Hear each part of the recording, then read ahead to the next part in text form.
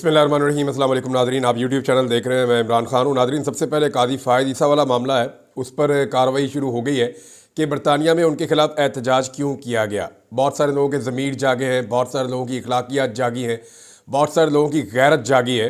लेकिन मैं कुछ हक़ाइक़ आपके सामने रखना चाहता हूँ कि ये सब लोग कौन हैं जिनके ज़मीर, अखलाकियात, गैरत और बहुत सारी चीज़ें जाग रही हैं।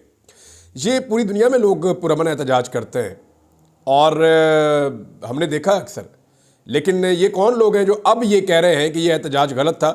कुछ लोग जमायमा खान के घर के बाहर गंदे इशारों पर बिल्कुल खामोश रहे, जजों के उल्टे नाम लिए गए, उसके ऊपर भी वो खामोश रहे, जजों को गालियां दी गई, उसके बावजूद ये लोग खामोश रहे। औरतों की तजलील पर ये लोग चुप रहे। साबिक वज़ीर आज़म और खातून अव्वल के ऊपर इद्दत जैसा घटिया मुकदमा बनाया गया, उसके ऊपर भी ये लोग खामोश रहे। उनकी किरदार कुशी की गई, उस पर भी ये लोग खामोश रहे। बहनों, बेटियों और बीवियों को अगवा किया गया, उसके बावजूद ये लोग खामोश रहे। इंसानों के जबरी तौर पे लापता होने का सिलसिला शुरू हुआ, जिसके ऊपर ये खामोश रहे। सिलसिला आज भी जारी है, ये आज भी खामोश है। जीते जागते इंसानों को जिंदा लाशें बनाया गया, यानी जो आदमी भी छूट कर आता था नामालूम अफराद की कैद से, उसकी हालत क्या होती है वो आपके सामने है। लेकिन इसके बावजूद ये लोग खामोश रहे। छोटे बच्चों पर एक तरमीम के लिए उनके साथ बदसलूकी की गई, उन पर बदतरीन दबाव डाला गया, उसके बावजूद ये लोग खामोश रहे। मिलिट्री कस्टडी में 80 से ज़ायद लोग 1.5 साल से पड़े हैं और उनका केस नहीं लग रहा सुप्रीम कोर्ट ऑफ पाकिस्तान में, लेकिन ये लोग खामोश रहे।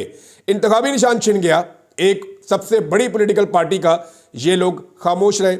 आरओज़ को बदल दिया गया, ये लोग खामोश रहे। नताइज बदल दिए गए, ये लोग खामोश रहे। कागजात नामजदगी छीन लिए गए, ये लोग खामोश रहे।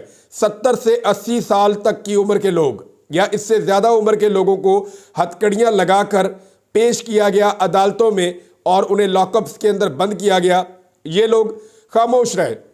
बुजुर्ग खवातीन के साथ ज्यादती की गई, उन्हें जेलों में बंद किया गया, ये लोग खामोश रहे।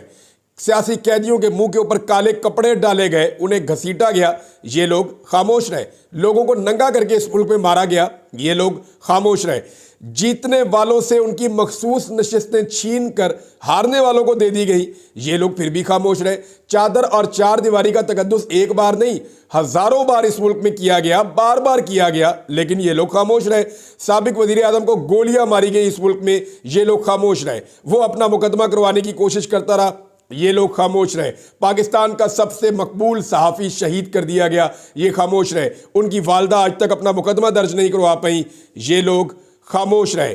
पहली बार तारीख में ऐसा हुआ कि एक वजीर आजम को गिरफ्तार किया गया साबिक, और 1.25 साल से ना किसी ने उसको देखा, ना किसी ने उसको सुना, लेकिन ये लोग फिर भी खामोश रहे।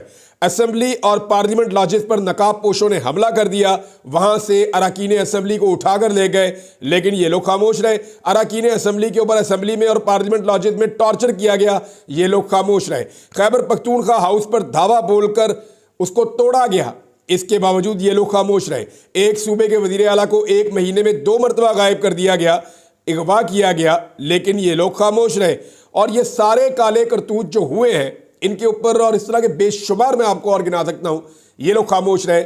लेकिन काजी फ़ायद ईसा के खिलाफ चंद नारे लगे हैं या गाड़ी पे 1-2 लोगों ने हाथ मारा है, तो इस मामले पर इनकी गैरत भी जाग गई, इनकी अखलाकियात भी जाग गई और इनका मुर्दा ज़मीर भी जिंदा हो गया। ये ज़मीर बड़ा सियाना है, ये गैरत बड़ी समझदार है, और ये अखलाकियात का भाषण जो है ये बड़े मौके पर इनको याद आता है। यानी आम आदमी के साथ इस मुल्क में कुछ भी हो, मजलूम के साथ जो मर्जी हो, इनकी गैरत कभी नहीं जागती। ये खामोश रहते हैं, इनका ज़मीर सोया रहता है। लेकिन जैसे ही कुछ हो जाए बड़े आदमी के साथ, सिस्टम के अंदर के आदमी के साथ या किसी जालिम के साथ, तो इनकी गैरत फौरी तौर पे जाग जाती है। इमरान खान साहब ने अपनी बहन को एक बात कही, वो बात यहां पे फिट आती है। अभी हाल ही में उन्होंने ये बात की है, कल की, तो कल उन्होंने जो इमरान खान साहब ने कहा वो यहां पे फिट आती है, मैं आपको सुना देता हूं। उन्होंने कहा इमरान खान ने कि दुश्मन कमीना ना हो। ये दुश्मनी भी कर रहे हैं और कमीनगी भी कर रहे हैं। लेकिन कभी टेक्निकली आपने सोचा ये पूरा निज़ाम मिलकर काजी फ़ायद ईसा साहब के इस वाक़े को लेकर इतना हसास क्यों है? बहुत सारे लोग इतने शिद्दत से गुस्से में क्यों हैं, परेशान क्यों हैं? मैं आपको वजह बता देता हूं, और इसकी बड़ी सिंपल वजह है। इस सिस्टम के लिए बहुत सारे लोग मिलकर काम करते हैं और बहुत सारे लोग जो हैं वो सिर्फ इस उम्मीद पर काम करते हैं कि इस मुल्क में तो रहना नहीं है, यहाँ से भाग जाएंगे यूरोप की ठंडी हवाओं में, हम बेहतरीन मुल्कों में चले जाएंगे जहाँ पे ज़बरदस्त किस्म की सहूलियात हैं, अपने बच्चों को, फैमिली को वहाँ पे रखेंगे, यहाँ से जो पैसा हम बटोर लेंगे जाके वहाँ पे इस्तेमाल करेंगे। तो वो जो लोग हैं उनके लिए मुश्किल पैदा हो गई है कि वो सिस्टम की बात माने या ना माने। तो सिस्टम को घबराहट हो रही है। सिस्टम ये सोच रहा है कि अपने लोगों को जिन मुल्कों में भेजने की हम तरगीब देते थे कि उन मुल्कों में आपको सेटल कर देंगे, आप हमारे मुताबिक नौकरी कीजिए या हमारे मुताबिक निज़ाम को चलाइए, बाद में आपको महफूज मुल्कों में भेज दिया जाएगा। अगर वो मुल्क महफूज नहीं रहे तो फिर ये लोग अपने मुस्तकबिल की खातिर जो कंप्रोमाइज़ करते हैं वो आइंदा नहीं करेंगे। एक्चुअली ये है प्रॉब्लम। आइंदा कोई जज इस्तेमाल होने से पहले 1000 दफ़ा सोचेगा कि वो दुनिया के किसी भी मुल्क में जाके इज्जत की ज़िंदगी नहीं गुजार सकेगा, क्योंकि पाकिस्तानी सवाल पूछेंगे कि आपने ये ज़्यादती और जुल्म क्यों किया है। अब जो लोग इन तमाम मजालम के ऊपर खामोश रहे हैं वो अब सिर्फ कादी फ़ायद ईसा वाले मामले को लेकर चला रहे हैं। तो देखिए, मुझे बहुत बुरा लगा था जब मैंने ये वीडियो देखी कि एक साबिक चीफ जस्टिस सर नीचे झुकाकर इस तरह निकल रहा था, तो मुझे बुरा लगा था। सीरियसली मैं अल्लाह रब्बुल इज़्ज़त से हमेशा दुआ करता हूँ, या अल्लाह तेरे हाथ में सबकी इज़्ज़त है तो सबकी शर्म और इज़्ज़त कायम रख। लेकिन मुझे बुरा लगा, लेकिन भाई कादी फ़ायद ईसा साहब को भी तो बुरा लगना चाहिए था जो कुछ इस मुल्क में हुआ। काजी फ़ायद ईसा साहब ने इससे बढ़ के जुल्म किए हैं और उसके ऊपर कुछ भी नहीं हुआ। तो अब आ जाए जनाब अगली स्टोरी के ऊपर। 9 मई के हवाले से एक बड़ा इंपॉर्टेंट जो है वो चीज़ें होने जा रही हैं पाकिस्तान में, क्योंकि इमरान खान साहब के ऊपर एक मुकदमा बनाया जाएगा GH के ऊपर हमले के हवाले से। बनाया पहले ही हुआ है, अब उनको उसके अंदर जो है वो बाकायदा इमरान खान साहब के ऊपर इस पर फ़र्द जुर्म आयद की जाएगी। लेकिन उससे पहले कुछ डेवलपमेंट्स हुई हैं जो पाकिस्तान तरीके इंसाफ को सूट कर गई हैं। इससे पहले कि मैं आपको ये खबर दूं, मैं आपको एक और चीज़ बताता हूं कि बुशरा बीबी ज़मान पार्क में पहुंच गई हैं लाहौर में। बहुत सारे लोग ये कह रहे थे कि वो खैबर पख्तूनख्वा जाके बैठ गई हैं, वहाँ से वो पॉलिटिक्स करेंगी। कुछ लोग खबरें दे रहे हैं कि जी अलीमा खान ने ये कर दिया, बुशरा बीबी ने ये कर दिया। कुछ नहीं किया किसी ने। ना बुशरा बीबी का सियासत में कोई किरदार है, ना उनका कोई काम है, ना अलीमा खान का सियासत में कोई काम है, ना उनका किरदार है। और ये बात इमरान खान साहब कई मरतबा कह चुके हैं। ये जानबूझकर प्रोपेगेंडा फैलाया जा रहा है और इसके लिए बाकायदा मीडिया को खबरें फीड की जा रही हैं कि आप ये कहें कि अलीमा खान ये कर रही है और आप कहें बुशरा बीबी ये कर रही हैं। इससे ये होगा कि पार्टी के अंदर एक डिवाइड पैदा होगी और लड़ाई की कैफियत के अंदर पाकिस्तान तहरीक इंसाफ डैमेज होगी। तो तहरीक इंसाफ को बाहर के सारे फैक्टर्स मिलकर डैमेज नहीं कर सके, अब अंदर से लड़ाने की कोशिश की जा रही है। मेरे ख्याल में इमरान खान साहब के खिलाफ ये बहुत कमज़ोर हथियार होगा, लेकिन है मुअस्सर, लेकिन इमरान खान के मुकाबले में कमज़ोर है, क्योंकि इमरान खान साहब इन दोनों को सियासत के अंदर कोई हिस्सा नहीं देंगे। ना वो अपनी बीवी को देंगे, ना वो अपनी बहनों को देंगे।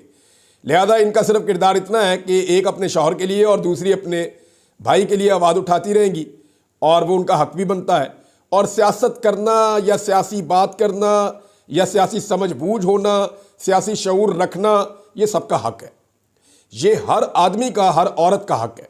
वो हक इस्तेमाल करेंगे, लेकिन ये पॉलिटिकल पार्टी जो है वो ऐसा नहीं होगा। ये जो भी कर रहे हैं प्रोपेगेंडा के तहत कर रहे हैं लोग। अच्छा जी, 9 मई के हवाले से जो खबर है वो मैं आपके साथ शेयर कर देता हूँ, क्योंकि इमरान खान साहब के ऊपर जो आखिर में चीज़ें आनी है वो 9 मई के हवाले से आएंगी। पहली खबर जो है वो मैं आपको ये देने वाला हूँ कि पाकिस्तान तहरीक इंसाफ के 30 मुल्ज़िमान बाइज्जत बरी हो गए।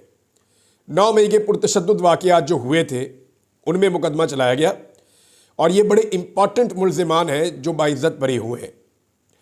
ये जो मुल्ज़िमान बरी हुए हैं उनके अंदर सूबाई वज़ीर मीना खान अफरीदी, कामरान बंगश, तैमूर सलीम झगड़ा, अरबाब शेर अली और इरफान सलीम समेत दीगर बहुत सारे कारकुनान शामिल हैं। इसी तरह इस्लामाबाद के अंदर भी बहुत सारे लोग जो हैं उन्हें अभी ज़मानतें मिली हैं, यानी 532 मुल्ज़िमान हैं जिनके ऊपर दहशतगर्दी के मुकदमात बनाए गए थे, लेकिन उन 532 मुल्ज़िमान की ज़मानतें मंजूर हो गई हैं और 20-20 हज़ार रुपये के मुचलकों पे अदालत ने इन सबको ज़मानतें दे दी हैं।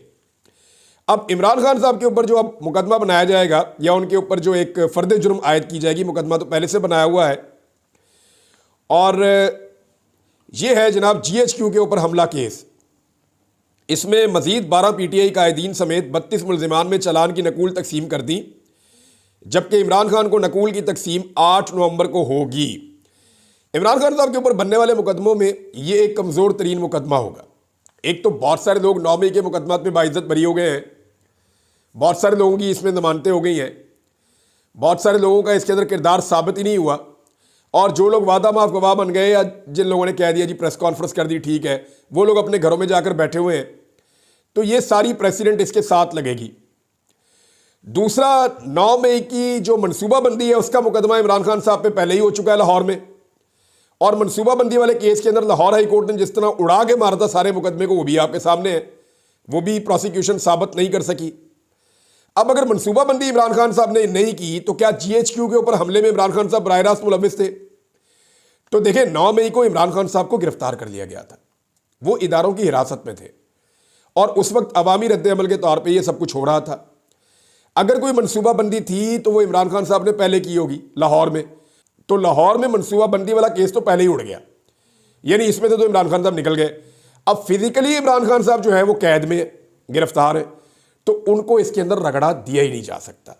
जैसा मर्जी केस बना ले, ये टेक्निकली केस गलत है, और इस केस के अंदर यानी मनसूबाबंदी का केस आप बना सकते थे, वो आपने मुकदमा ही ऐसा बनाया कि पुलिस वाले भेस बदल के इमरान खान के 5 बैरियर्स को बाईपास करके सारी सिक्योरिटी से निकल के इमरान खान के कमरे में जाके बैठ गए, और वहाँ सोफे के पीछे छुप के उन्होंने सारी बातें, या टेबल के नीचे छुप के सारी बातें सुन ली 2 पुलिस वालों ने, और वो सारी बातें आकर बाहर बता दी बाद में अपने अफसरान को।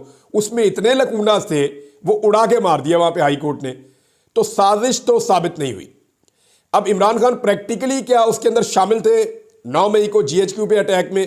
तो इमरान खान साहब तो गिरफ्तार थे, लिहाजा ये कमज़ोर तरीन मुकदमा है, इसमें थोड़ा लंबा किया जा सकता है, लेकिन इमरान खान साहब इसके अंदर फिक्स नहीं हो सकते, बहुत मुश्किल है कि उन्हें इसके अंदर फिक्स किया जाए। अच्छा जी, एक और खबर है, और ये खबर दी है साकिब बशीर साहब ने, और ये बहुत इंपॉर्टेंट है। इसमें होने ये जा रहा है, पहले मैं आपको ये बता देता हूँ कि हुकूमत ने नाम मांगे थे सुप्रीम जुडिशल काउंसिल के लिए, और उसमें जुडिशल कमीशन के लिए, सॉरी, उसकी नई तश्कील के लिए नाम मांगे थे।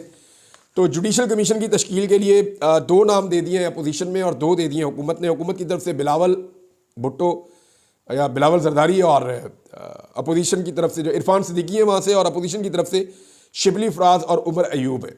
तो ये 4 बंदे हैं जो इसके अंदर शामिल हो जाएंगे, और अब देखना यह है कि ये करते क्या है। लेकिन साकिब बशीर साहब अंदर की खबर लेकर आए, वो बहुत इंपॉर्टेंट है। साकिब बशीर साहब के मुताबिक सुप्रीम कोर्ट ऑफ पाकिस्तान में इस वक्त किसी किस्म की कोई तकसीम मौजूद नहीं है। जस्टिस मंसूर अली शाह और जस्टिस मुनीब अख्तर साहब ने बहुत बड़े दिल का मुजाहरा किया है, और वो अदलिया के अंदर जो तकसीम है उसको ख़त्म कर रहे हैं। हत्ता कि इस हवाले से जो कमेटी है उसकी तश्कील 9 कर दी गई है, यानी कादी फ़ायद ईसा साहब का एक और फैसला भी वो इधर उधर हो गया। जस्टिस मंसूर अली शाह साहब की वहाँ पे बड़ी अहम जिम्मेदारी उनको मिल गई है।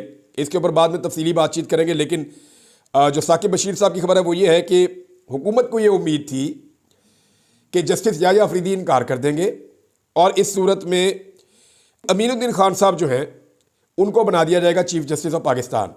यानी हुकूमत ये सच्ची दिखा के खब्बी मारने लगी थी।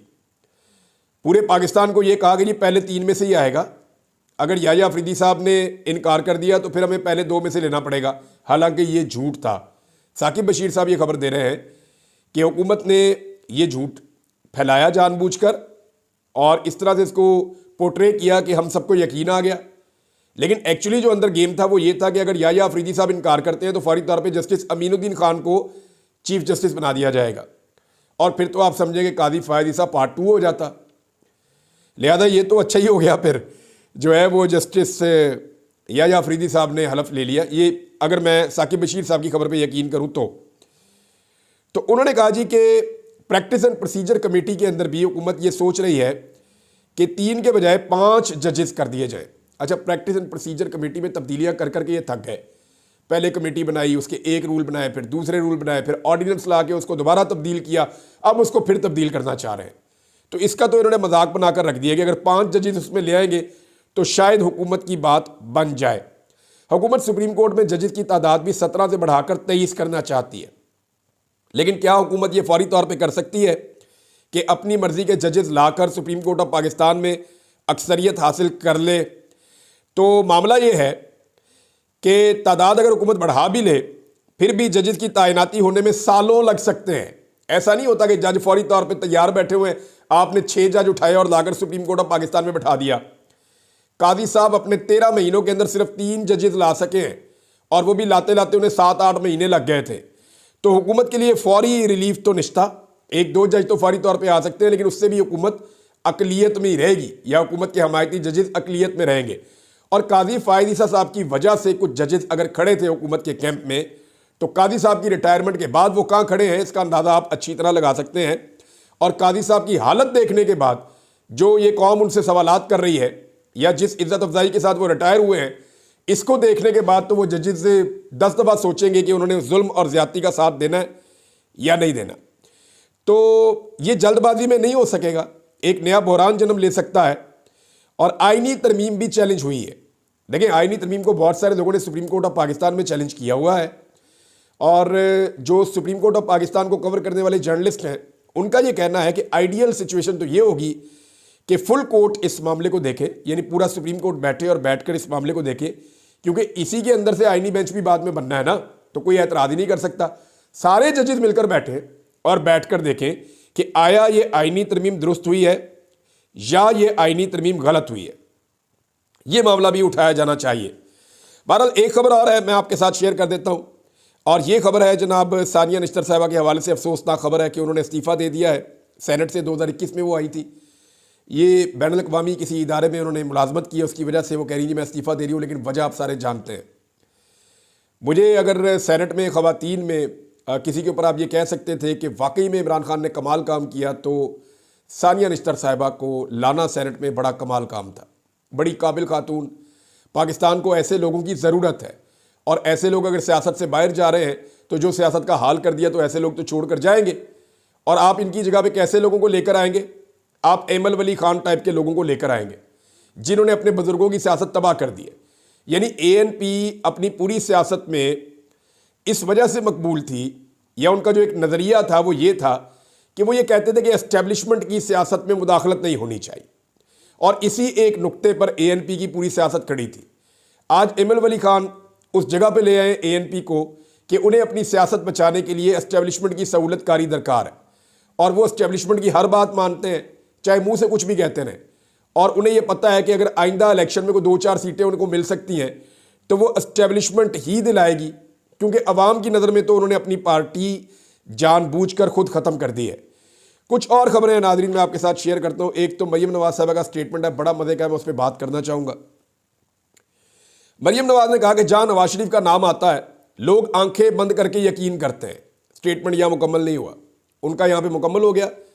लोग आंखें बंद करके यकीन करते हैं कि कोई ना कोई घपला होने लगा है। नवाज शरीफ का नाम गूगल करके देख लें आप, या आप टॉप 10 पॉलिटिशियन जो करप्ट हैं उनका नाम गूगल करके देख लें, नवाज शरीफ का टॉप पे आएगा। करप्ट पॉलिटिशियंस आप लिख कर देख लें गूगल पे, सबसे बड़ा सर्च इंजन है इस पूरी दुनिया का। तो जब भी नवाज शरीफ का नाम आए तो लोग आंखें बंद करके यकीन कर लेते हैं कि कोई ना कोई घपला, कोई ना कोई फ्रॉड होने लगा है, कोई ना कोई दाव लगाने लगे हैं। मरियम नवाज ने एक और स्टेटमेंट दिया, उन्होंने कहा जी कि भारत के साथ मैं बातचीत करूंगी ये जो स्मोक के हवाले से, तो ये बिल्कुल ठीक बात की है उन्होंने। ये बात होनी चाहिए, चाहे वो वज़ीर आला पंजाब है, चाहे कोई फेडरल गवर्नमेंट है, जो भी बात करे ये बात करनी चाहिए, क्योंकि स्मोक एक बड़ा सीरियस मसला है।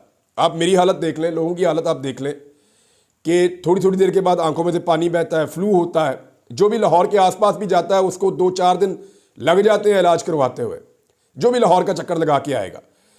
तो मरियम नवाज जो है उनको बात करनी है जी इंडिया के साथ, लेकिन आपको याद होगा कि नवाज शरीफ मिले इंडियन सहाफ़ियों से तो ठीक है, रऊफ़ हसन बात करे तो गलत है, मरियम नवाज इंडियन वज़ीर आला से बात करे तो ठीक है, लेकिन अली अमीन गंडापुर अफ़गानिस्तान की हुकूमत से बात करे अमन के लिए तो गलत है।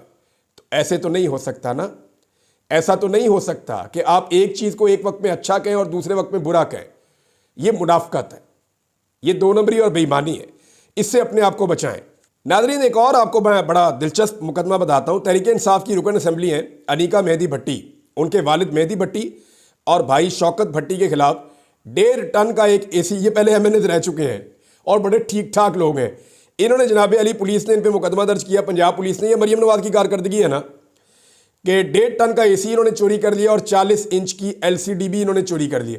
इससे पहले जावेद हाशमी साहब के दामाद है, बहुत पढ़े लिखे आदमी है, बेहतरीन इंसान है, उनके ऊपर गिलास और जग चोरी करने का मुकदमा भी इन्होंने दर्ज करवाया था। ये जनाब अली इनकी कारकर्दगी है। वीलॉग बहुत लंबा हो जाएगा, चीज़ें तो बहुत सारी हैं, बाद में शेयर करता हूँ। अब तक के लिए इतना ही, अपना ख्याल रखिएगा, अपने इस चैनल का भी। अल्लाह हाफिज़।